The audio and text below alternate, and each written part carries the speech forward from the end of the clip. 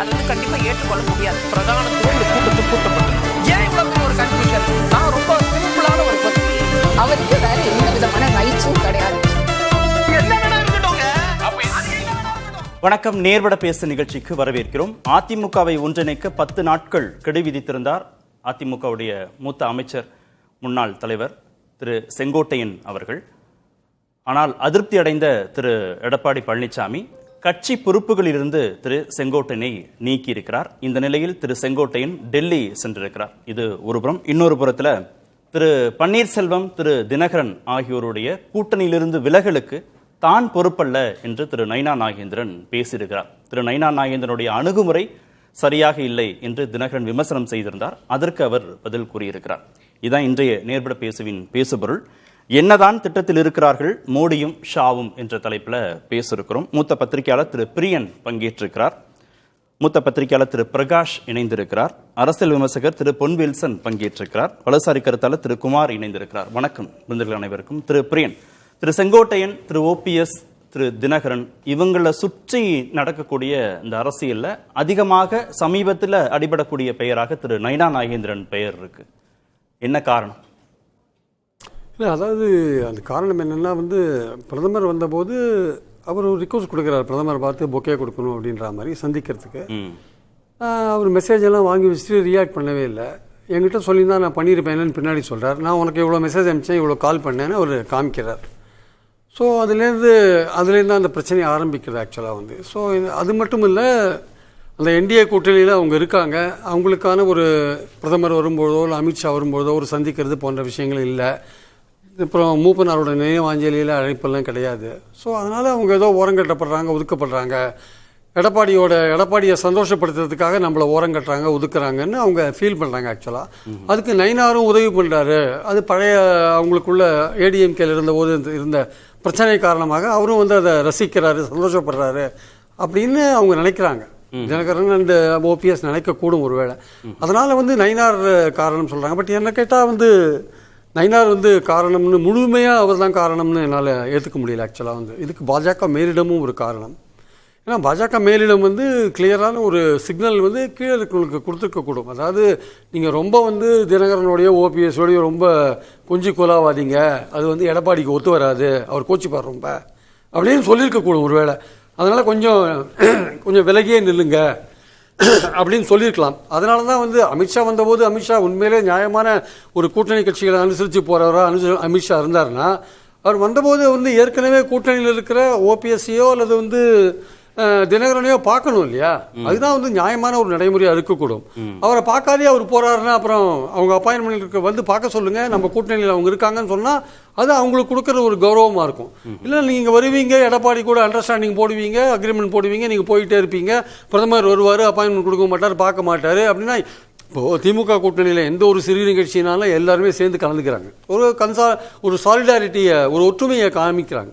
இங்கே நீங்கள் அது மாதிரி இல்லாமல் எடப்பாடிக்கு தினகரனும் ஓபிஎஸ் ஆகாதுன்ற ஒரே காரணத்துக்காக ஏற்கனவே பாராளுமன்ற தேர்தலில் கூட்டணியில் இருந்து அவங்கள ஓரம் கட்டிட்டு எடப்பாடியை நீங்கள் அரவணைச்சிட்டு போகிறதுக்கான காரணம் என்ன? அவர்கிட்ட 19% ஓட்டு இருக்குது, அவர் அமைப்பு வச்சிருக்காருன்ற ஒரே காரணம் தானே.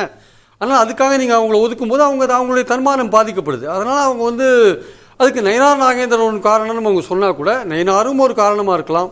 அது மேலிடம் தான் முக்கியமான காரணம். மேலிடம் கிளியர் டைரக்ஷன் கொடுக்கணும் ஆக்சுவலாக. இல்லை, இவங்களை அணுகிறதுல திரு நயினாருக்கும் திரு அண்ணாமலைக்கும் இடையே அணுகுமுறை வேறுபாடு இருந்ததா? திரு ஓபிஎஸ், திரு டிடிவி போன்றவர்களை அதிமுகவுடைய உள் விவகாரங்களை அணுகிறதுல நயினாருக்கும் அண்ணாமலைக்கும் அணுகுமுறை வேறுபாடு இருக்கா? இல்லை, அந்த காலகட்டமே வேற சார். ஆக்சுவலா அண்ணாமலை தலைவராக இருந்தபோது எடப்பாடி சீனில் இல்லை, அந்த கூட்டணியிலே இல்லை அவர் ஆக்சுவலாக. ஸோ அவருக்கு கூட்டணியில் சேர்க்கறது, கோஆர்டினேட் பண்ணுறது ஈஸியாக இருந்தது ஆக்சுவலாக. அதனால் கோஆர்டினேட் பண்ணி பார்லிமெண்ட் எலெக்ஷன்ஸை ஒரு மாதிரி நல்லா கோஆர்டினேட் பண்ணாங்க, ஒர்க் பண்ணாங்க.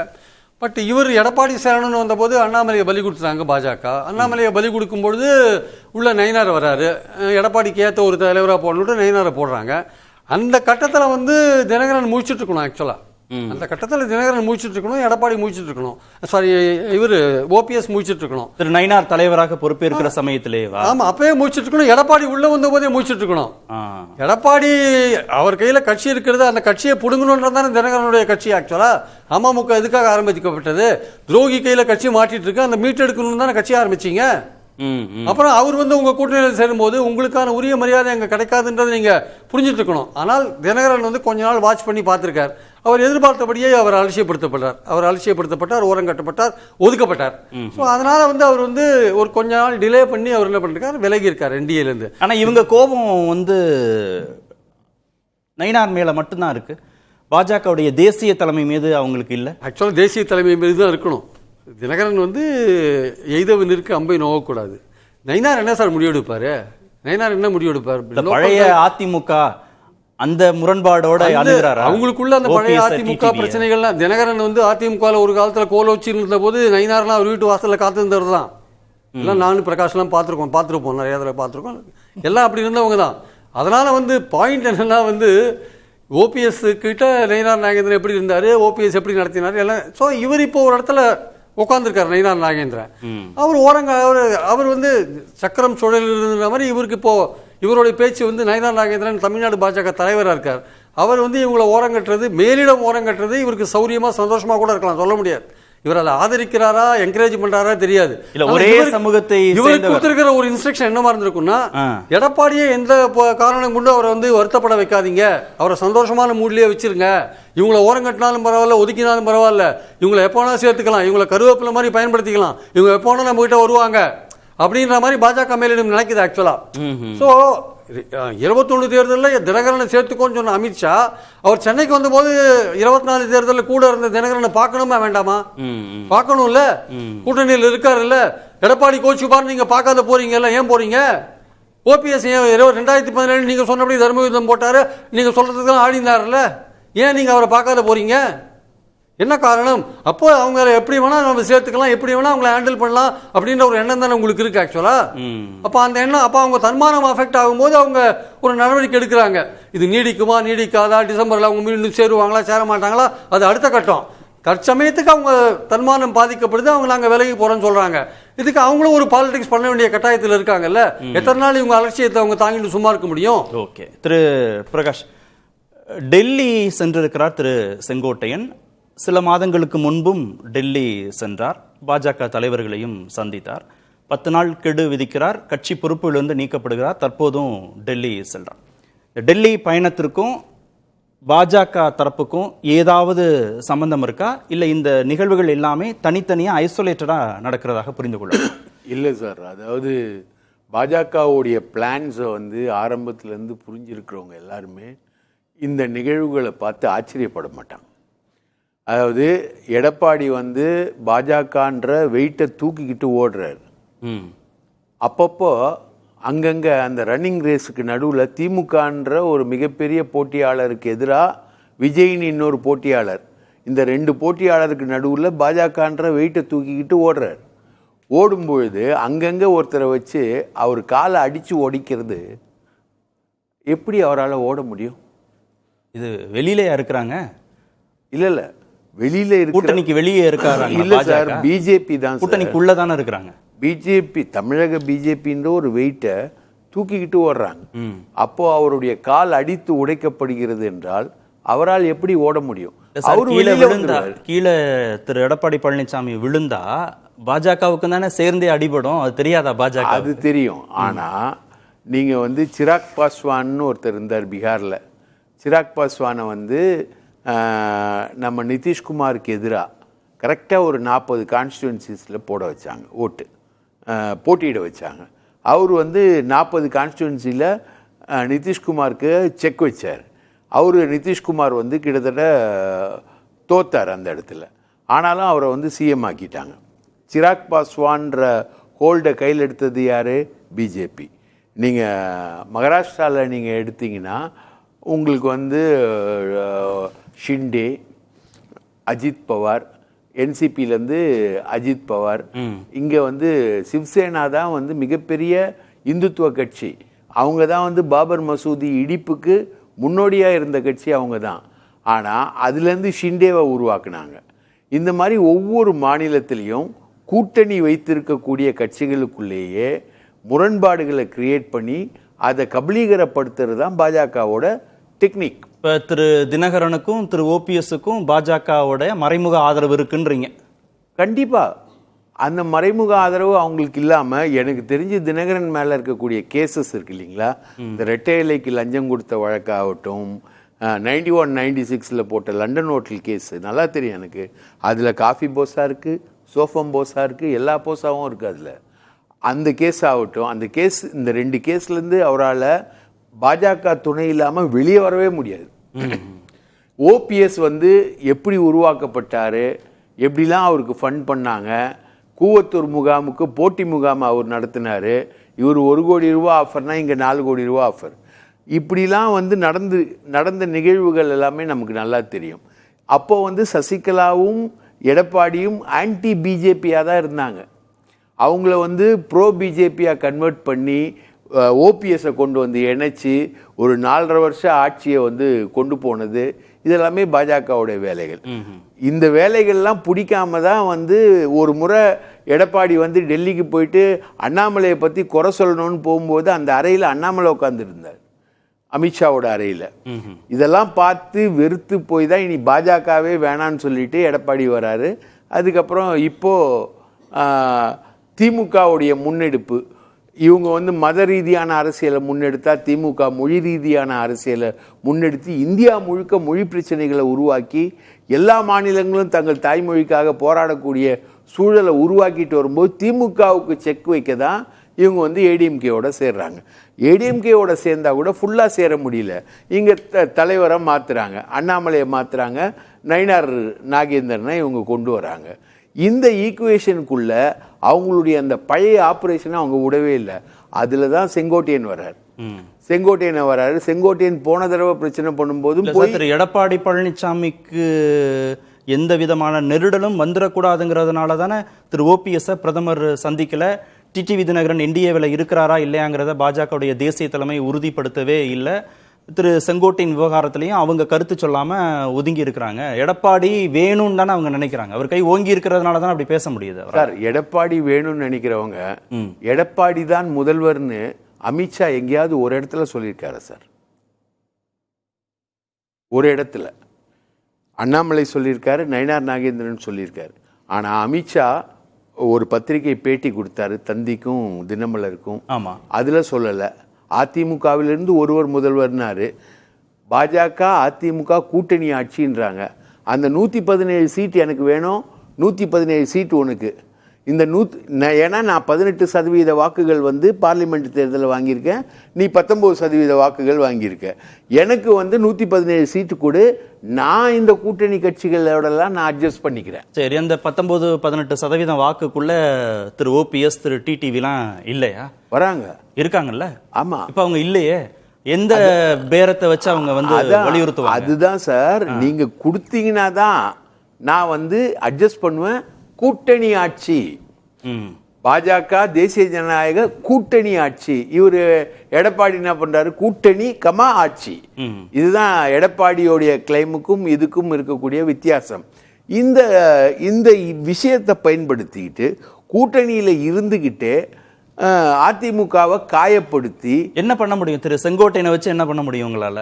சார், கட்சி பொறுப்புகளே இல்லை. அவரு கட்சி பொறுப்புகளே இல்லை சார். செங்கோட்டையன் 6 மந்திரிகளை சொல்றாரு.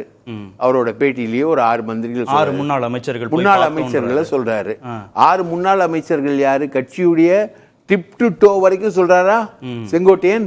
ரைட்டா? அவருக்கு அவ்வளவு பவர் எங்கேருந்து வந்தது? நாங்கெல்லாம் போய் பார்த்தோம் அப்படின்ற கெடு விதிக்கிறார். 10 நாள் கெடு உனக்கு அப்படின்னு கெடு விதிக்கிறார். கெடு விதிக்கிற தைரியம் யார் கொடுக்கறது? ரைட், விட்டுருங்களா? அதுக்கப்புறம் அவரை பொறுப்புல இருந்தெல்லாம் நீக்கிறாங்க. அதுக்கப்புறம் அவர் செங்கோட்டையன் போயிட்டு நான் செஞ்சது தப்பு, நான் கெடு விதிச்சது தப்புன்னா எடப்பாடி கிட்ட பேசினதான் நம்மளோட சோர்சஸ் சொல்றாங்க. ஆனா அவரு திருப்பியும் டெல்லிக்கு போறாரு. ஏன் போறாரு? அதான், டெல்லிக்கு போறாரு. அவரு ட்ரை பண்றாரு. யார் மூலமா? நிர்மலா சீதாராமனை ட்ரை பண்றாரு. அமித்ஷாவை சந்திக்க ட்ரை பண்றாரு. டெல்லிக்கு போறாரு. அவர் பாஜகவுடைய தேசிய தலைமை தான் திரு எடப்பாடி பழனிசாமி வேணும்னு நினைக்கும் போது இந்த சந்திப்புக்கு எப்படி அவங்க அனுமதி கொடுப்பாங்க? திரு செங்கோட்டையன் அதுதான் எடப்பாடி கேட்டகாரிக்கலா சொல்றாரு. நீங்க இந்த வேலையை செஞ்சீங்கன்னா, ரன்னிங் ரேஸ்ல ஓடுறவன் காலை உடைச்சிங்கன்னா நான் கூட்டணியை விட்டு வெளியில போயிடுவேன்.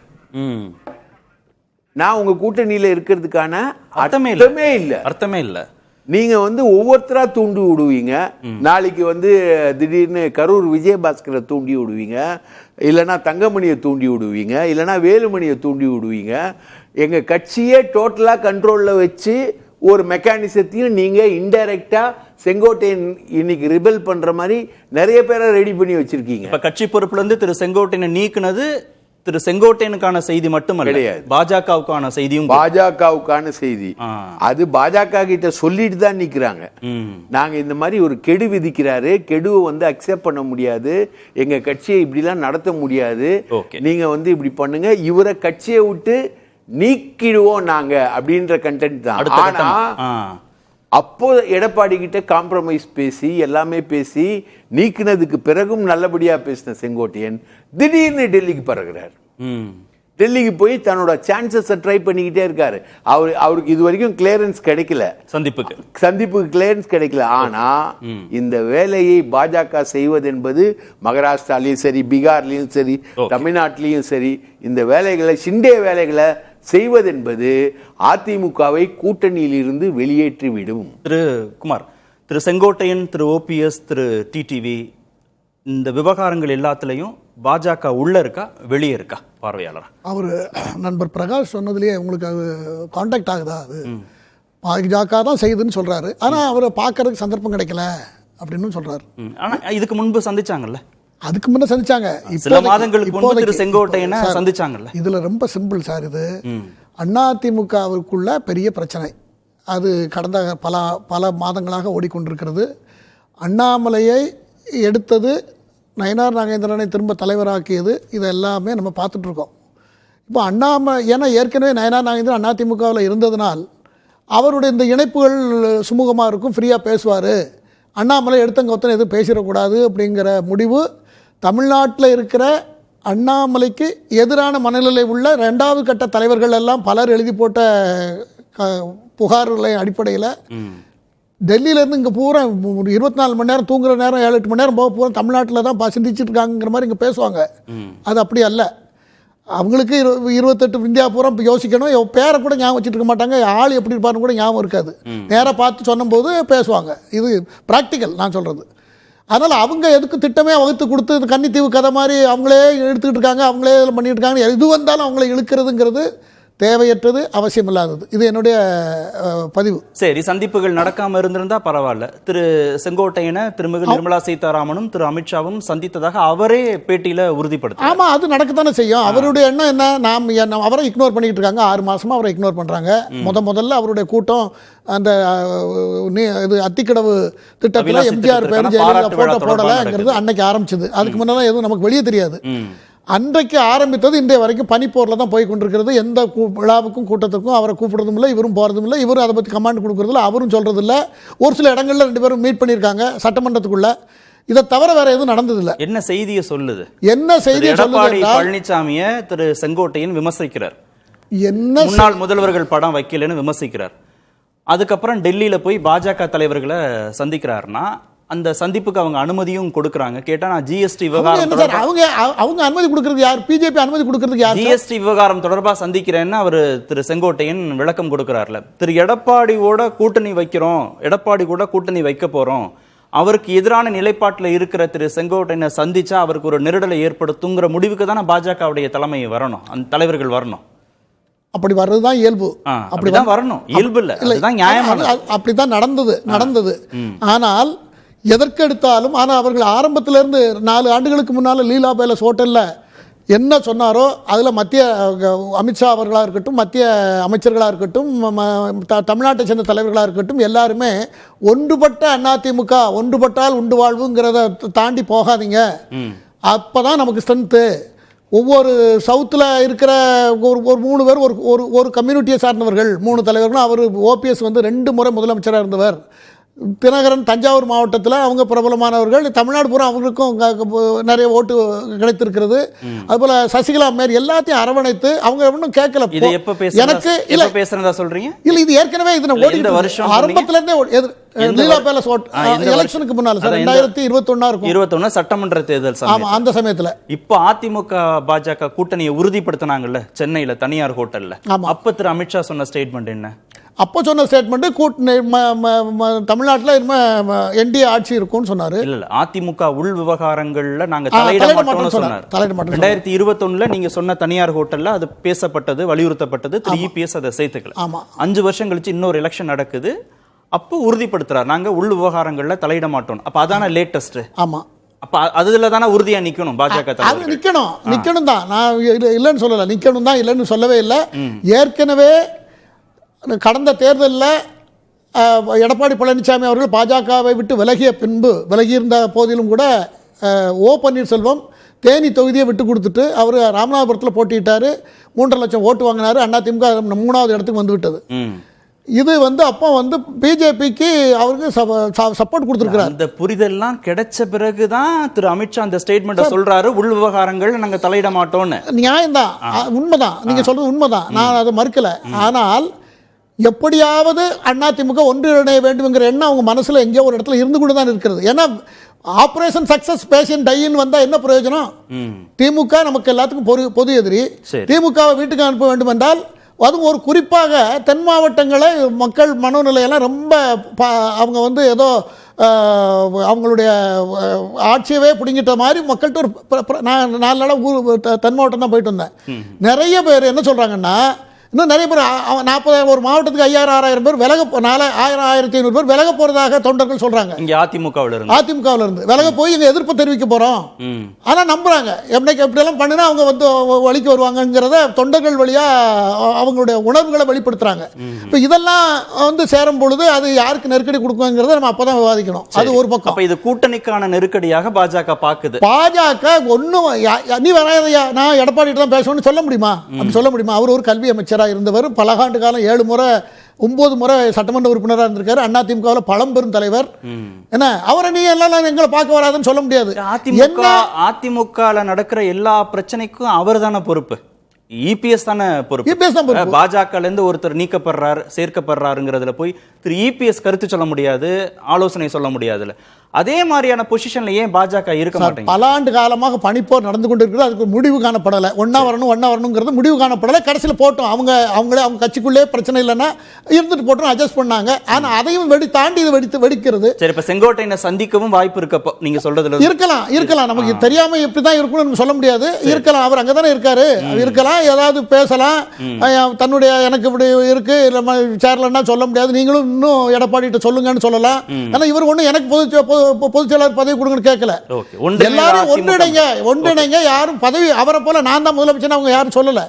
எங்களை சேர்த்துக்குங்க, நம்ம தேர்தலை ஃபேஸ் பண்ணுவோம், அதுக்கப்புறம் பாத்துக்கலாம்னு சொல்றாங்க. சரி, ஓகே. திரு பிரியன் சொல்றதுல இருந்து என்ன யோசிக்க வேண்டியது இருக்குன்னா, கூட்டணி வைக்கிற சமயத்துல திரு எடப்பாடி பழனிசாமி மட்டும் போதும்னு பாஜக நம்பி இருக்கிறாங்க. ஆனா அதற்கு பிறகு ஒன்றிணையக்கூடிய அதிமுக மூலம் தான் பலம் பெற முடியும், கூட்டணி திமுகவை வீழ்த்த முடியுங்கிற ஒரு இடத்துக்கோ ஒரு புரிதலுக்கோ பாஜக வந்த பிறகு இதை வலியுறுத்துறாங்க. அப்போ திரு செங்கோட்டையனை சந்திப்பதற்கு கூட பாஜக தலைவர்களுக்கு வாய்ப்பு இருக்கு. இல்லை, அதாவது செங்கோட்டையனோ ஓபிஎஸ்ஓ தினகரன் தனி கட்சி வச்சிருக்காரு. இந்த 2 பேர் வச்சுக்கலாம், சசிகலா கூட வச்சுக்கலாம். இவங்க பின்னாடி எந்த நிர்வாகியும் போல யாரும் போல கட்சி இன்டாக்டாக எடப்பாடிகிட்ட இருக்குது. அப்போது பாஜக நேச்சுரலி அந்த அமைப்பு வச்சிருக்கிற எடப்பாடியை தான் நம்புவாங்க. ஆனால் இவர்கள் ஏற்படுத்தின பாதிப்பு இருக்குல்ல, தனிநபர்களாக இருந்தால் கூட இவர்கள் ஏற்படுத்திய பாதிப்பு இருக்குல்ல, சவுத்தில் ஏற்படுத்திய பாதிப்பு, டெல்டாவில் ஏற்படுத்திய பாதிப்பு, போன பார்லிமெண்ட் எலெக்ஷன் ஆகட்டும், அதுக்கு முந்தின அசம்பிளி எலெக்ஷன் ஆகட்டும், அதில் ஏற்படுத்திய பாதிப்புன்றதை மறுக்க முடியாது. நான் டேட்டாலாம் யாராவது கேட்டால் கூட சொல்கிறதுக்கு ரெடியாக இருக்கேன், என்கிட்ட அதில் ஒன்றும் பிரச்சனை கிடையாது. ஸோ அப்படி இருக்கும்போது அந்த பாதிப்பை எடப்பாடி உணர்ந்த மாதிரி தெரியல. ஆனால் பாஜக அதை உணர்றாங்க. ஆனால் அவங்களால ஒன்றும் செய்ய முடியாத லெவலில் இருக்காங்க. ஏன்னா இப்போது தினகரனையும் ஓபிஎஸ்ஸையும் நீங்கள் அரவணைத்து கொண்டு போனால், இல்லை செங்கோட்டையனையும் கூட அரவணைத்து கொண்டு போனால், அவர் எடப்பாடி கோச்சிப்பார். 18% 19% ஓட்டு வச்சிருக்காரு. இப்போ அவருக்கு ஓட்டு அவ்வளோ இருக்கான்னு எனக்கு டவுட்டாக இருக்கு. ஏன்னா என்டிஏல அரவணைக்கிறது என்ன சார் சிக்கல் இருக்கு? அவர் பாஜகவுக்கு திரு ஓபிஎஸ்ஸையும் திரு டிடிவி தினகரனையும் என்டிஏக்குள்ள அகாமடேட் பண்றதுல என்ன சிக்கல் இருக்கு பாஜகவுக்கு? ஓபிஎஸும் தினகரனும் பலம் பெறதை எடப்பாடி விரும்பவே மாட்டார் சார். எடப்பாடி பலம் பெறதை தினகரனும் ஓபிஎஸ் விரும்பவே மாட்டாங்க சார். நான் எந்த கண்டிஷனும் வேண்டாம், எனக்கு நான் வந்துடுறேன்னு சொன்னா கூட இன்னைக்கு போலாம், நாளைக்கு போய் அங்க குறைச்சு கொடுத்தா என்ன பண்ணுவீங்கன்னு எடப்பாடி நினைப்பார் சார். அதே மாதிரி எடப்பாடியை முதலமைச்சர் எதுக்கு சார் தினகரன் உழைக்கணும்? சொல்லிட்டாரு. நாளைக்கு தினகரனுக்கு பிரச்சனை வரும்ல. அவர் முதலமைச்சரான இவர் என்ன முதல்ல கவுப்பாரு? இவரோட அரசியல் என்ன மூடுவார்? இவரோட அரசியலுக்கு தான் பிரச்சனை வரும். ஓபிஎஸ் அரசியலுக்கு தான் பிரச்சனை வரும். அவரை முதலமைச்சர் ஆகிறது இவரே சார் உழைக்கணும். அவர் கட்சியை மீட்டெடுக்கணும் தான் பாக்குறாரு. இருங்க நான் பேசிடுறேன். அப்புறம் நீங்க பேசுங்க. அதிமுக. இன்னும் உங்களுக்கு இது இருக்கு. நான் வரேன், அதான் இருங்க, வரேன், இருங்க, வரேன். நான் முடிச்சிடுறேன். நான் வரேன். இல்ல, அவசரப்படாதீங்க, இருங்க. இருங்க சார். 25 நிமிஷம் நான் உங்களுக்கு அதிமுகவும் எடப்பாடிக்கும் எதிராக 3 பேர் பேசுகிறாங்க. இல்ல சார், உங்களுக்கு- எனக்கு 25 நிமிஷம் கொடுக்கணும்.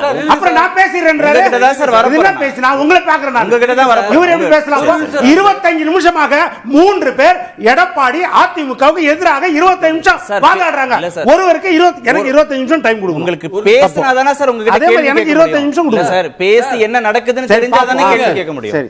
எடப்பாடியை நான் எந்த இடத்துலயும் தாக்கி பேசல. அவர் செல்வாக்கோட ஆமா, இருக்கார். தாக்கி பாஜக வந்து பேசல. அவரை தான் நாடி இருக்குன்னு சொன்னேனா இல்லையா? 18% ஓட்டு இருக்குன்னு பார்க்கற சொன்னீங்க. லட்சக்கணக்கான ஆனா எடப்பாடிக்கு மக்களுக்கு தெரியும். ஓட்டு இருக்கா? இல்ல குமார் சார் வந்து உங்க திரு சார், எடப்பாடி எல்லாமே பழனிசாமி அதை எதிரான இப்ப ஒண்ணும் பதில் சொல்ல பேசல. போறாங்க. பேசல. பாருங்க. எடப்பாடிக்கு இப்போ ஓட்டு நான் இருக்கா? பதில் சொல்ல அந்த ஓட்டு போறேன், இருக்கா? எடப்பாடி பேசுற ஒவ்வொரு பேச்சும் ஒரு ஓட்டை குறைச்சிட்டே இருக்கு. பசும்பொன் முத்துராமலிங்க தேவர் பேரை வந்து ஏர்போர்ட்டுக்கு வைக்கணும்ன்றார். இன்னைக்கு தெற்குல வந்து மத்த கம்யூனிட்டி எல்லாம் கொந்தளிச்சு போய் கிடக்கு. பாரத ரத்னா கொடுக்கணும்.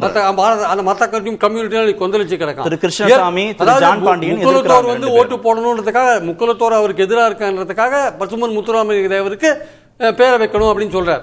அவருக்கு பாரத ரத்னா கொடுக்கணும் சொல்றாரு. இன்னைக்கு மத்த கம்யூனிட்டி ஆன்டாகனைஸ் பண்ணிட்டாரு எடப்பாடி. மத்த கம்யூனிட்டி தேவேந்திர கோவிலாளர் முத்தரையர் எல்லாருமே எதிர்க்க போறாங்க. என்ன இவரு தேவர் பெரிய தலைவர் தான், ஆனா அது ரொம்ப சென்சிட்டிவான விஷயம். அதுல போய் தலைய விடுறாரு இவரு. ஆனா ஏற்கனவே அந்த கம்யூனிட்டி ஆதரிக்கிற மாதிரி இல்ல. 10.5 வந்து சவுத்துல போகும்போது சொல்றாரு முடிஞ்சு போன கதைன்றார். நார்த்ல இருக்கவங்க நினைக்கிறாங்க 10.5 இவர் தான் கொடுத்தாரு, இவரே முடிஞ்சு போன கதைன்னு சொல்றாருன்னு அவங்க நினைக்கிறாங்க. அப்போ உங்ககிட்ட நீங்களும் பலவீனமா இருக்கீங்க. உங்ககிட்ட எந்த கூட்டணியும் வரல.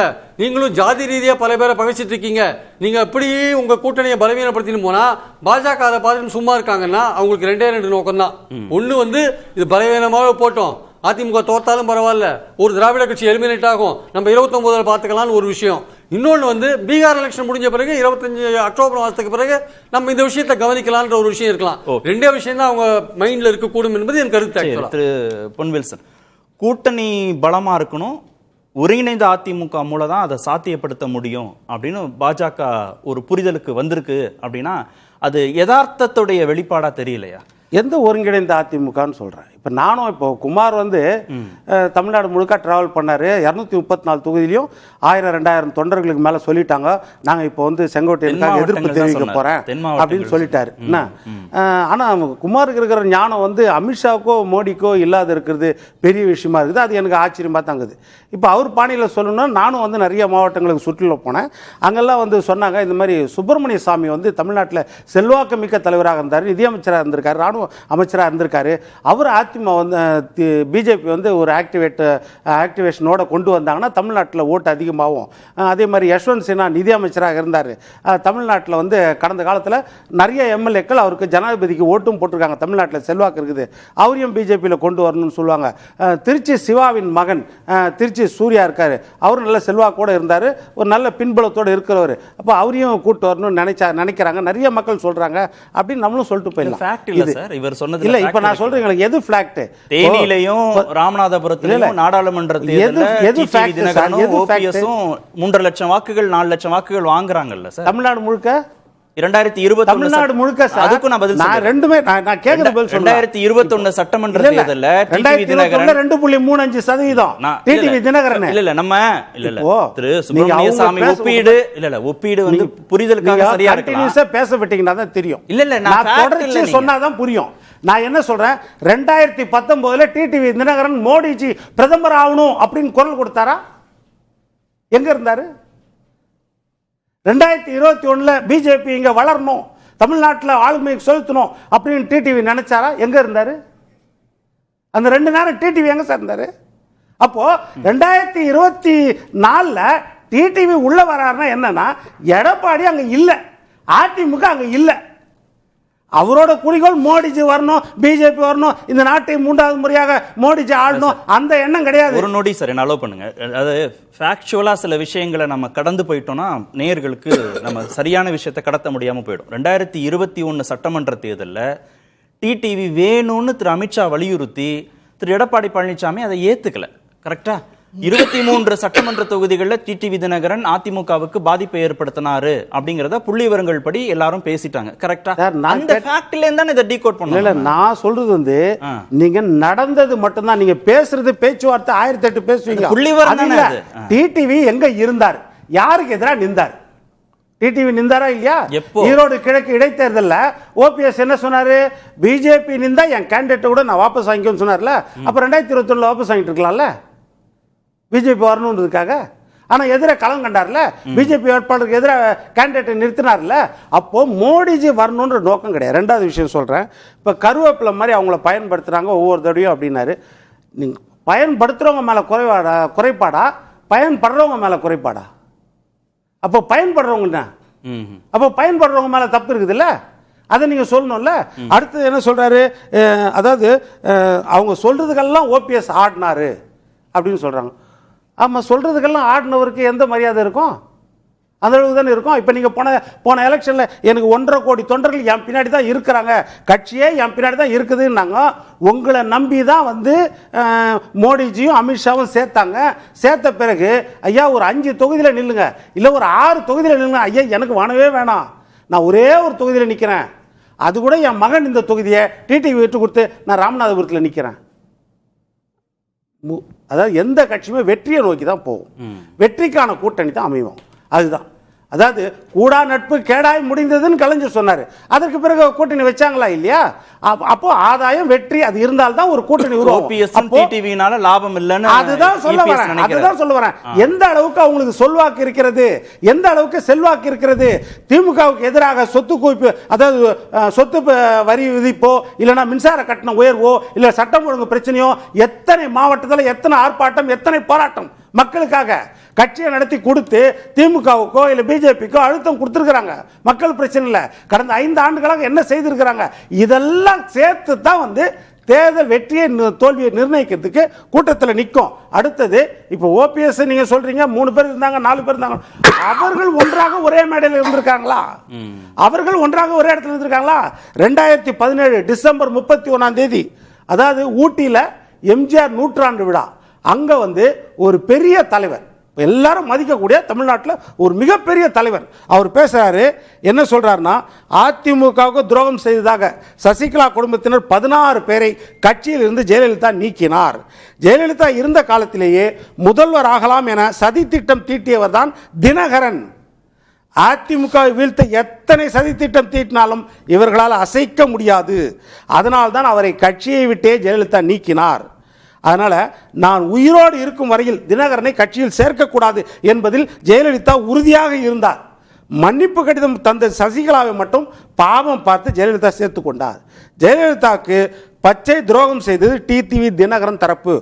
அதிமுகவில் 19 ஆண்டுகளாக நான் இருந்த நிலையில் எல்கேஜி படிக்க பெரிய குளத்திற்கு டிடிவி வந்தார். இதை பேசியவர் மேடையில் லட்சக்கணக்கான தொண்டர்கள் மத்தியில் ஓ பன்னீர்செல்வம் அவர்கள். இப்போ அவங்களுக்குள்ள இருக்கிற முரண்பாடு தான். அதே டிடிவி தினகரன் என்ன சொல்றாரு, நான் எம்பி தேர்தலுக்கு பெரிய குளத்துக்கு போகும்போது என்ன பார்த்தா எந்திரிச்சு நின்று வணக்கம் சொல்றவர் டிடிவி. நான் தான் அவருடைய அடுத்த பதவிகளுக்காக ஜெயலலிதா மாவட்ட அறிமுகம் படுத்தி வைத்தேன் அப்படின்றாரு. அப்போ ஆரம்ப கட்டத்திலே அவங்களுக்குள்ள இருக்கிற பிரச்சனைகள், ஏகப்பட்ட பிரச்சனைகள், சிக்கல்கள் இருக்கிறது. திமுகக்குள்ள கொண்டு வரதெல்லாம் சிக்கல், எல்ஏக்குள்ள கொண்டு வரதுலயும் சிக்கல். எல்லாமே பொதுச் செயலாளர், எல்லாமே முன்னாள் முதல்வர்கள், இல்லனா வருங்கால முதல்வர்கள், அந்த எண்ணம். இது அதிமுகக்குள்ள உள்ள கொண்டு வரதுல தானே சிக்கல் இருக்கு. என்டிஏக்குள்ள கொண்டு வரதுலயும் சிக்கல் இருக்கா திரு எடப்பாடி பழனிசாமிக்கு? தேசிய ஜனநாயக அவர் என்ன ஸ்டேட்மென்ட், பழனிசாமி ஒரு சிக்கலும் கிடையாது. தேசிய ஜனநாயக கூட்டணியில அதிமுகவும் பாஜகவும் இருக்கு. பாஜக கூட்டணியில பல கட்சிகள் இருக்குன்னு சொன்னார்ல, சமீபத்துல சொன்னார்ல. அந்த பல கட்சிகளுக்குள்ள இவங்க எல்லாம் வரமாட்டாங்களா, இவங்க எல்லாம் வேண்டாம்னு நினைக்கிறாரான்னு கேக்குறேன். அவர் எப்ப சொன்னார் வேண்டாம்னு நினைக்கிறேன்னு? எங்கேயாவது சொன்னாரா சொல்லுங்க? அதுதான் சொல்றேன். அப்போ பழி ஒரு இடத்துல, பாவம் ஒரு இடத்துல. இத வந்து ஆளுங்கட்சியாக இருக்கிற திமுக எந்த விதத்தில் தூண்டி விடுதுன்றது மறைமுகமா யாருமே அந்த மறைப்பொருளை வெளியே சொல்லவே மாட்டீங்க. என்னன்னா, கட்சி அலுவலகம் அடித்து உடைத்து முடிந்த உடனே சீல் வைக்கப்பட்டது. யாருடைய பாதுகாப்போல, யாருடைய ஆட்சி அதிகாரத்தின் கீழே சொல்லுங்க? அதே 94 அந்த வழியாதான், நான் அறிவாலயம் வழியாதான் ஊர்வலம் அப்படின்னு திரு வைகோ அவர்கள் சொல்லும் போது அந்த வழியா போக கூடாது, நான் அலோவ் பண்ண மாட்டேன் அப்படின்னு வேற வழியை, மாற்று வழியை கொடுத்தவர் அன்றைக்கு முதலமைச்சராக இருந்த ஜெயலலிதா. இன்றைக்கு அலுவலகம் அடித்து சொருக்கப்பட்டது. அடுத்தது என்ன சொல்றேன், இன்னொன்னு, நீங்க நிர்மலா சீதாராமன் பார்த்தது சொன்னீங்க. ஆனா நிர்மலா சொன்னாரு, ஆமா அதான் நிர்மலா சீதாராமன் பார்த்தாரு. எப்போ பார்த்தாரு? பிஜேபி கூட்டணியில இல்ல. அப்போ எந்த கட்சினாலும் எதிர இருக்கிற கட்சியை பலவீனப்படுத்துறது இயற்கை. அது திமுகவும் செய்யும், காங்கிரஸும் செய்யும், அதிமுகவும் செய்யும், பிஜேபியும் செய்யும். பலவீனப்படுத்து அது இயற்கை. எதிர்கட்சியை ஒரு பலவீனப்படுத்த அப்ப கூட்டணியில கிடையாது. இப்ப கூட்டணியில இருக்காங்க. இப்ப கூட்டணியில இருக்கும்போது இப்போ பார்க்கல. அது ஒரு பக்கம். இன்னொரு பக்கம் நீங்க திமுக வந்து இதுல இன்வால்வ் இருக்குதான்றதுக்கு ஆதாரம், இன்னொரு ஆதாரம் என்னன்னா, நம்ம தெரியும் ஸ்டாலின் அவர்கள் காலையில வாக்கிங் போறான்றது நம்ம எல்லாருக்கும் தெரியும். அது நிறைய இடத்துல பார்த்துருக்கோம். என்னைக்காவது நம்ம ஓபிஎஸ் வாக்கிங் போறதை நம்ம பார்த்துருக்கோமா இல்லை கேள்விப்பட்டிருக்கோமா? ஆனா டக்குன்னு அந்த பூங்கால பாக்குறாரு இல்லையா, காலையில வாக்கிங் போயிட்டு. எப்படி வந்து ஐபிஎல் மேட்ச்ல கிரிக்கெட்டை பற்றியே தெரியாத அவர் போய் கலந்துக்கிட்டு சபரீசனை பார்த்தாரோ அதே மாதிரி பார்த்தாரு. அடுத்த நாள் வீட்டில் போய் பார்த்துட்டு வெளியே நிற்கும் போது நிருபர் கேட்கிறாரு, ஐயா நீங்க வந்து ஜெயலலிதா அம்மா தீய சக்தின்னு சொல்லியிருக்காங்களே திமுகவை அப்படின்னு சொன்னதுக்கு பதில் என்ன சொல்றாரு? அரசியல்ல நிரந்தர நண்பனும் இல்லை, எதிரியும் இல்லை. நிச்சயமா அது தவறு கிடையாது. அவங்க அந்த முயற்சி பண்ணும், அதுக்குள்ள மாட்டிக்கிறார்கள் நிறைய செங்கோட்டையன்கள் தான் உண்மை. சரி திரு குமார், என்டிஏ ஆட்சி, கூட்டணி ஆட்சி, பாஜக ஆட்சி அப்படிலாம் பல முறை பல விதமா பேசுறாங்க பாஜகவுடைய தலைவர்கள். திரு அமித்ஷா சொன்னதுல இந்த அரித்மெட்டிக் ரொம்ப முக்கியமானது. அதிமுகவுக்கு 21%, என்டிஏவுக்கு 18%, ரெண்டையும் கூட்டினா 39% அப்படின்னு சொன்னாங்க. என்டிஏ பலமா இருந்தால் தான் 18%. அந்த கூட்டணியில் இருக்கக்கூடிய கட்சிகள் இல்லாத நிலையில அதிமுகவுடனான பேர வலிமைங்கிறது குறைஞ்சிரும் இல்லையா? எவ்வளவு எண்ணிக்கையில சீட் வாங்குறதுங்கிறது இந்த 18% வச்சுதானே. அப்ப இபிஎஸ் கை தானே ஓங்கி இருக்கும். இல்ல அது ஒண்ணு. எம்பி எலெக்ஷனை வச்சு நம்ம பேசுறோம். எலெக்ஷன் வச்சு தான் அமித்ஷா பேசுறாரு. ஆமா, அவரு பேசினாரு. பட் அது அவருடைய பார்வை. நம்ம பொதுவா பேசுறதா இருந்தா தமிழ்நாட்டுக்கு அதிமுக, திமுகங்கிற மெயின் கட்சிகள் தான் இப்போ பிரபலமாக இருந்து கொண்டு இருக்கின்றன. அந்த அளவில் பார்க்கும் பொழுது பாஜக வளர்ந்திருக்கிறதா என்றால் அபார வளர்ச்சி என்பதை மறுப்பதற்கில்லை. ஒரு கட்சியினுடைய சரிவும் ஏற்றமும் அந்த ஒரு ஒரு புரட்டி போட்ட மாதிரி ஏற்றமும் அப்படி இருக்கும், இறக்கமும் அப்படி தான் இருக்கும். ஆனால் அந்த வகையில் அண்ணாமலை அவர்கள் வந்ததுக்கு பிறகு அதில் ஒரு பெரிய மறுசீரமைப்பு ஏற்பட்டு அதில் ஒரு வளர்ச்சி கண்டது. இன்றைக்கி கிராமங்கள்லாம் எல்லா இடத்துலையும் போஸ்டர், அண்ணாமலை போஸ்டர் நிறைய இடத்துல இருக்குது, இன்னும் அழிக்க கூட இல்லை, அப்படிலாம் இருக்கிறது. அவருக்கு ஒரு தொண்டர்கள் கூட்டம் உருவாகிவிட்டது. காரணம் என்னென்னா, அண்ணாமலை பேச்சில் வந்து லஞ்சத்துக்கு எதிரான பேச்சு அவர் அதிகமாக கையில் எடுத்தார். வேற மற்றவங்களை விட அவர் மாறுபட்ட நிலை எதுன்னா, லஞ்சம் வந்து இன்னைக்கு மக்கள் வந்து துடிச்சிக்கிட்டு இருக்காங்க. ரெண்டு கட்சியும் எதிர்த்தார். ஆமா, ரெண்டு கட்சியும் எதிர்த்தார். திமுகவை எதிர்த்தாரு. ஆமா, சரிசமமா அதிமுக எதிர்த்தார். லஞ்சம் வந்து ஒழிக்கப்பட வேண்டும்ங்கிறது மக்களுடைய உள்ள குமுறல். லஞ்சம் வந்து இது லஞ்சம் ஊழல் லஞ்சம் ஊழல் ரெண்டு கட்சி மீதான விமர்சனமாவே அவர் வச்சார். சட்டம் ஒழுங்கு கட்டுப்பாட்டில் இல்லாதது, இதெல்லாம் அவர் எடுத்து பேசினதுனால அவருக்கு மக்கள்கிட்ட இவர் ஒரு சக்தியா வரட்டும், பாஜக தலைமையில் வரட்டும் அப்படிங்கிறத மக்கள் ரெகனைஸ் பண்ணாங்க. அந்த காலகட்டத்தில் தான் அது அந்த மதுரையில் பேசின பேச்சுகள், அண்ணாவை பற்றி பேசினது, பெரியாரை பற்றி இவர் கொடுத்த வார்த்தைகள் எல்லாம் அவர் அதை ஆரம்பமாக வைத்து குருவியும் காக்கையும் உட்கார்ந்தது பணம்பழம் விழுந்தது போல ஏற்கனவே அவங்க மன குமைச்சல்ல இருந்தாங்க. அண்ணாமலை அப்படி சொல்லிட்டாரு, அதனால நமக்கு இன்னும் சரியா வராதுன்னு அவங்க விலகிட்டாங்க. இதுதான் நடந்து முடிஞ்சது. இப்போதைக்கு திரும்ப சேர்ந்திருக்காங்க. அப்போ சேரும் பொழுது என்ன ஆயிருக்குனாக்கா, இப்போ கூட்டணி அவர் நயனார் நாகேந்திரன் அந்த கட்சியில ரொம்ப நாள் இருந்தவர், 2 முறை மந்திரியாக இருந்தவர். இல்ல, நயனார் நாகேந்திரனை தவிர்த்து நீங்க யாரை வச்சு கேட்பீங்க, எந்த சதவீதத்தை வச்சு நீங்க டிமாண்ட் பண்ணுவீங்க அதிமுக கிட்ட? என்டிஏ 18% இருக்குன்னு தானே. என்டிஏல தான் அந்த கட்சிகள்லாம் இல்லை, எல்லாரும் கோச்சிட்டு போயிட்டாங்களே. அப்ப எந்த பலத்தோட அதிமுகவோட அது பேரம் பேச போகுது பாஜகங்கிறதான கேள்வி. இல்ல, இப்ப இபிஎஸ் கை ஓங்கி இருக்குன்னு தானே அதுக்கு அர்த்தம். இப்ப எல்லாரும் திரும்ப வரதுக்கு இவங்களாம் வரதுக்கு தயாரா இருக்காங்க இல்லையா? இவங்கெல்லாம் வர்றாங்களே, இவங்க அந்த செட்பேக்கை சரி பண்ணிடும் இல்லையா? சரி, அப்போ அது வெற்றியை நோக்கி இருக்கும். அங்க தென் மாவட்டங்களுடைய நிலைமை, உண்மையான நிலைமை, எனக்கு இதுல ஒன்றும் கூட்டி குறைச்சி பேசணுங்கிற அவசியம் இல்லை. தென் மாவட்டங்களில் கண்டிப்பா இதை எடப்பாடி பழனிசாமி இக்னோர் பண்ணாருன்னா அவருக்கு தேர்தலில் கேவலமான தோல்வியை தான் சந்திக்க வேண்டிய சூழல். திரு வில்சன், பாஜக கூட்டணி இல்லாத சமயத்துல திரு செங்கோட்டையன் போய் பார்த்தாரு. எந்த கட்சியும் மற்ற கட்சிகளை பலவீனப்படுத்துறத செய்யும், அதை பாஜக செய்யும், காங்கிரஸ் செய்யும் அப்படின்னாரு. இப்ப திரு செங்கோட்டையன் அமித்ஷா வீட்டில் தான் இருக்கார். அங்கே சந்திப்பு நடக்குது. அதிமுக பாஜக கூட்டணியில் இப்போ இருக்கீங்க. திரு எடப்பாடியோடு கருத்து வேற்றுமை ஏற்படுத்தி கொண்ட திரு செங்கோட்டையன் திரு அமித்ஷாவை சந்திக்கிறார். இப்போ என்ன நிலைப்பாடு, உங்களோட நிலைப்பாடு? இப்போ வந்து நம்ம பிரகாஷ் ஐயா முதலே சொன்னார், ஒருவேளை எடப்பாடியை வந்து செங்கோட்டையன் வந்து அந்த வருத்தம் தெரிவித்தாரா என்னன்றது அது நாளைக்கு வெளியே தெரியும். ஒருவேளை தெரிவிச்சிருந்தாரா, அந்த ஒப்புதலோட தான் அங்கே பேசுகிறாரா, அங்கே சொல்லி தெரிவித்த பிறகு வருத்தம் தெரிவிக்கப்படாதா சொன்னீங்க நீங்கள் பொறுப்புகள்ல இருந்து. ஆனால் வருத்தம் தெரிவிச்சிருக்கிறாரு, அதற்கு பிறகு அதை ஏற்றுக்கொள்ளாத திரு எடப்பாடி ஆனால் அது வெளியே தெரியல. நம்ம பிரகாஷ் சார் சொன்னாரு, நமக்கு அது வெளியே தெரியல. இப்போ நீங்க அமித்ஷா நீங்க சொல்றீங்க அது இப்போ பார்த்துருக்காருன்னு. ஒருவேளை இதுவும் சந்திப்பு நடக்குது, அதான் இதுவும் கோயின்சைட் ஆகிருக்கலாம், அந்த மாதிரி ஏதாவது இருக்கலாம். ஏனென்றால் இங்க போகும்போதே திரு இபிஎஸும் திரு செங்கோட்டையனும் சமரசம் ஆகிவிட்டார்கள்ன்றீங்க. இல்ல இப்போ இங்கேருந்து போகும்போதே தெளிவா வந்து நம்ம நிருபர் பேட்டி கேட்கும்போது செங்கோட்டையன் அவர்கள் சொன்ன முக்கியமான விஷயங்கள், 9ஆம் தேதி ஒரு முக்கிய முடிவை அறிவிக்கிறார், எல்லா ஊடகத்திலையும் வந்துச்சு. அந்த மாதிரி எதுவுமே இல்லைங்க, அது பொருளிங்க, நான் அந்த மாதிரி சொல்லவே இல்லைங்க. ஓபிஎஸ் உங்களை சந்திக்க போகிறாராமே, அதெல்லாம் ஒன்றும் இல்லைங்க, அப்படி கிடையாது. 3வது, ஹரித்வார் எதுக்கு போகிறீங்க? இல்லை நான் யாரையும் பார்க்க வரல, என் மனசு கஷ்டமாக இருக்குது, அந்த மனசு திருப்திக்காக போகிறேன். 3வது. 4வது விஷயம், தொண்டர்களாக உங்களை வந்து பார்த்தாங்களாமே, ஆமாம் நீங்கள் வந்து கலங்கிடாதீங்கன்னு சொல்லி ஆறுதல் சொல்ல வந்தாங்க, அவ்வளோதான். பொதுச் செயலாளர் உங்களை நீக்கிட்டாரே, அதை பற்றி நீங்கள் என்ன சொல்கிறீங்க?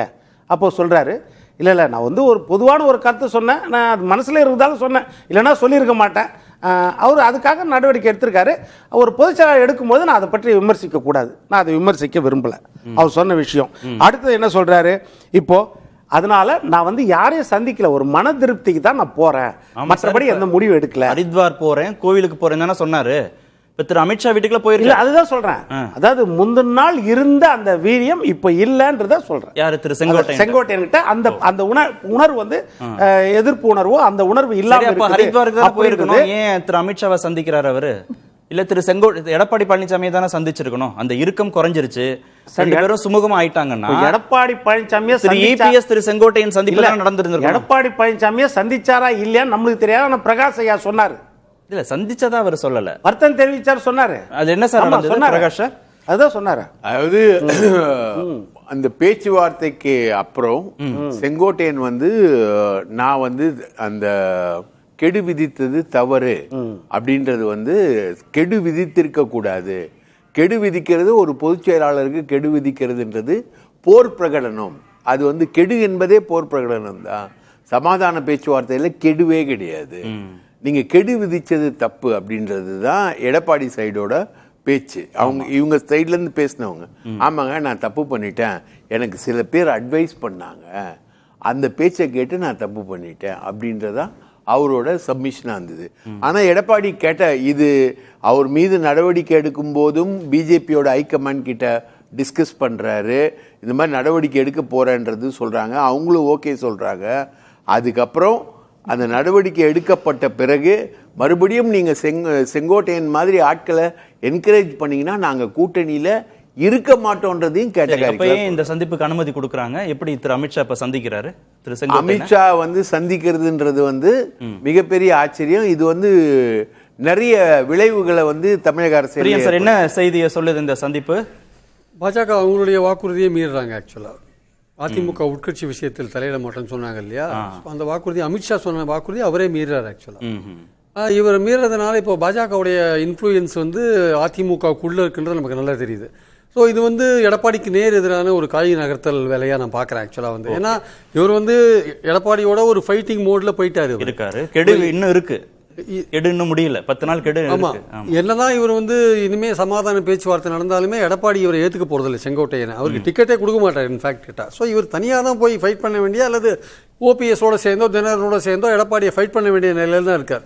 இப்போ போய் இவர் வந்து அமித்ஷாவை சந்திச்சார்னா அதனால ஒன்றும் பெரிய இதுனா இன்னும் எடப்பாடிக்கும் செங்கோட்டையனுக்குமான கேப் தான் இன்னும் அதிகமாகும். ஆக்சுவலாக வந்து திரு பிரகாஷ், திரு அமித்ஷா திரு செங்கோட்டையன் சந்திப்புடைய விளைவுகள் என்னவா இருக்குங்கிறதா இப்போ அடுத்த கேள்வி. விளைவுகள் வந்து இது வரைக்கும் ஏடிஎம்கே ஹெட் குவார்ட்டர்ஸ் வந்து கன்ஃபார்ம் பண்ணல, பட் டெல்லி ரிப்போர்ட்டர்ஸ் கன்ஃபார்ம் பண்ணுறாங்க. ஆனால் அப்படி ஒரு சந்திப்பு நடந்து இந்த பேச்சுவார்த்தை நடக்கும்னா செங்கோட்டையனுடைய அனைத்து விதமான ரிபல் நடவடிக்கைகளுக்கு மூல காரணம் சாட்சாத் பிஜேபி தான் அப்படின்ற ஒரு முடிவுக்கு ஏடிஎம்கே வந்துடும். ஏடிஎம்கே வந்து கேட்டகாரிக்கெலாம் ஏற்கனவே சொல்லிடுச்சு பிஜேபி கிட்ட, செங்கோட்டையனை வந்து என்கரேஜ் பண்ணிட்டு இந்த மாதிரி எங்கள் ரன்னிங் ரேஸில் எங்கள் கால் அடித்து உடைக்கிற எக்ஸாம்பிள்குள்ளே நீங்கள் வந்தீங்கன்னா நாங்க கூட்டணியில் இருக்க மாட்டோம். கூட்டணி தொடராதோ?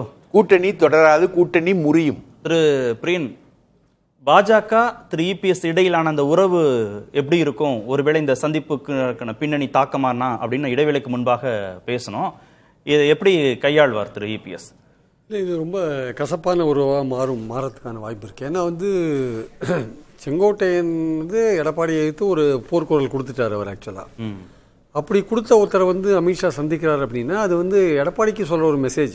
ஆக்சுவலாக இப்போ எடப்பாடிக்கே பாஜக இதுவரையும் எடப்பாடி சொல்கிறத கேட்டுருந்த பாஜக இன்னைக்கு அவரை எதிர்த்து இருக்கிற ஒரு ரேபலா அவரை எதிர்த்து போர்க்குரல் கொடுக்குற ஒருத்தரை சந்திக்குது அப்படின்னா நிச்சயமாக எடப்பாடி ஒரு ஸ்டெபனாக யாரையும் சேர்க்க மாட்டேன், ஒரு யாரையும் இணைக்கிறதுக்கு விரும்ப மாட்டேன், பிரிந்தவர்கள் சேர்க்கறதுக்கு நான் ஒத்துக்க மாட்டேன்னு சொல்லி ஸ்டெபனாக இருக்கிற எடப்பாடி இந்த மாதிரி ஒருத்தர் போர்க்குரல் கொடுத்த ஒருத்தரை பாஜகவே பார்க்குது அப்படின்னா அவர் ஏற்கனவே அதிருப்தியில் இருக்கார்.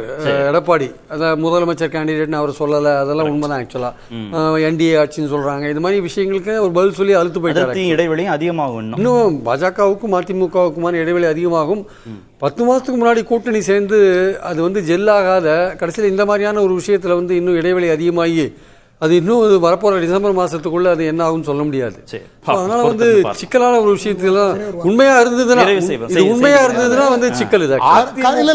பாஜக உடைக்கிறது என்பது தெளிவாகிறது. நம்ம வாதம் எப்படி கருத்து முதல் வாதம், பொருள் முதல் வாதம்னு 2 வாதம் இருக்கு, கம்யூனிஸ்டுகள் டெர்மினாலஜி அது. ஆனால் எடப்பாடியை பொறுத்தவரை அவர் பிடிவாதத்தில் இருக்கிறார் என்கிறதுனால தான் அதிமுக அவங்களும் எல்லாரோடையும் பேசிட்டு இருக்காங்க. ஒரு ஒற்றுமையா கட்சி அவர் இல்ல கட்சி நீங்க நாளைக்கு செய்யுங்க, நாங்க எல்லாம் உங்களுக்கு சப்போர்ட் பண்றோம் சொல்லுவாங்க, சொல்ல மாட்டாங்க. கட்சியுடைய அழுத்தத்துக்கு அவர் முடிவு எடுக்கணும். இவர் சொல்றத அவருக்கு கேட்டுக்குவாங்க. சரி நாங்க நீங்க பேசுங்க, நீங்களும் பேசுங்கன்னா நான் சரின்னு சொல்லுவாங்க. என்ன முடிவு எடுப்பாருன்றது முடிவு. ஆனால் சந்தேகம் இருக்கிறது, பாஜகவுக்கு எடப்பாடி மீது பெரிய சந்தேகம் இருக்கு. அதையும் நாங்க பதிவு செய்யறேன். என்ன சந்தேகம்? எந்த நேரத்திலும் அவர் டெர்மினேட் பண்ணதுக்கு வாய்ப்பு இருக்குங்கிற சந்தேகம் முதல்ல இருந்தே இருக்கிறது. சரி பாப்போம். நன்றி. நிகழ்ச்சியில் பங்கேற்ற அனைத்து வந்தவர்களுக்கும் நேர்பட பேச நிறைவு. ஏற்றுக்கொள்ள முடியாது. பிரதான கூட்டப்பட்டது.